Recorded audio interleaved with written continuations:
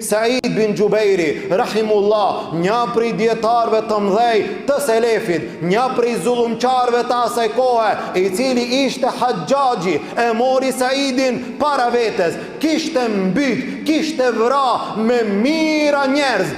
Haxhaxhi në fronin e vet, Said bin Gjubejri i ulur në gjuj para Haxhaxhit: o Said, trego me çfarë vdekje dëshiron të vdesësh.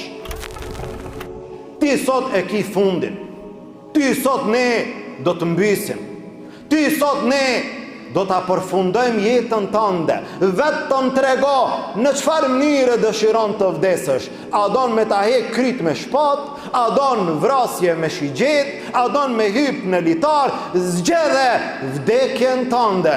Ju përgjigj dietari zullumqarit: o Haxhaxh, zgjedhe ti me çfarë vdekje don Allahu me ta marr shpirtin, me atë vdekje mundesh me mbyt edhe mua. Subhanallah, çdo gjë që e ban, atë që e ban në dunja, ajo do të kthehet edhe në dunja para se të dalim para Allahut Azza wa Jall.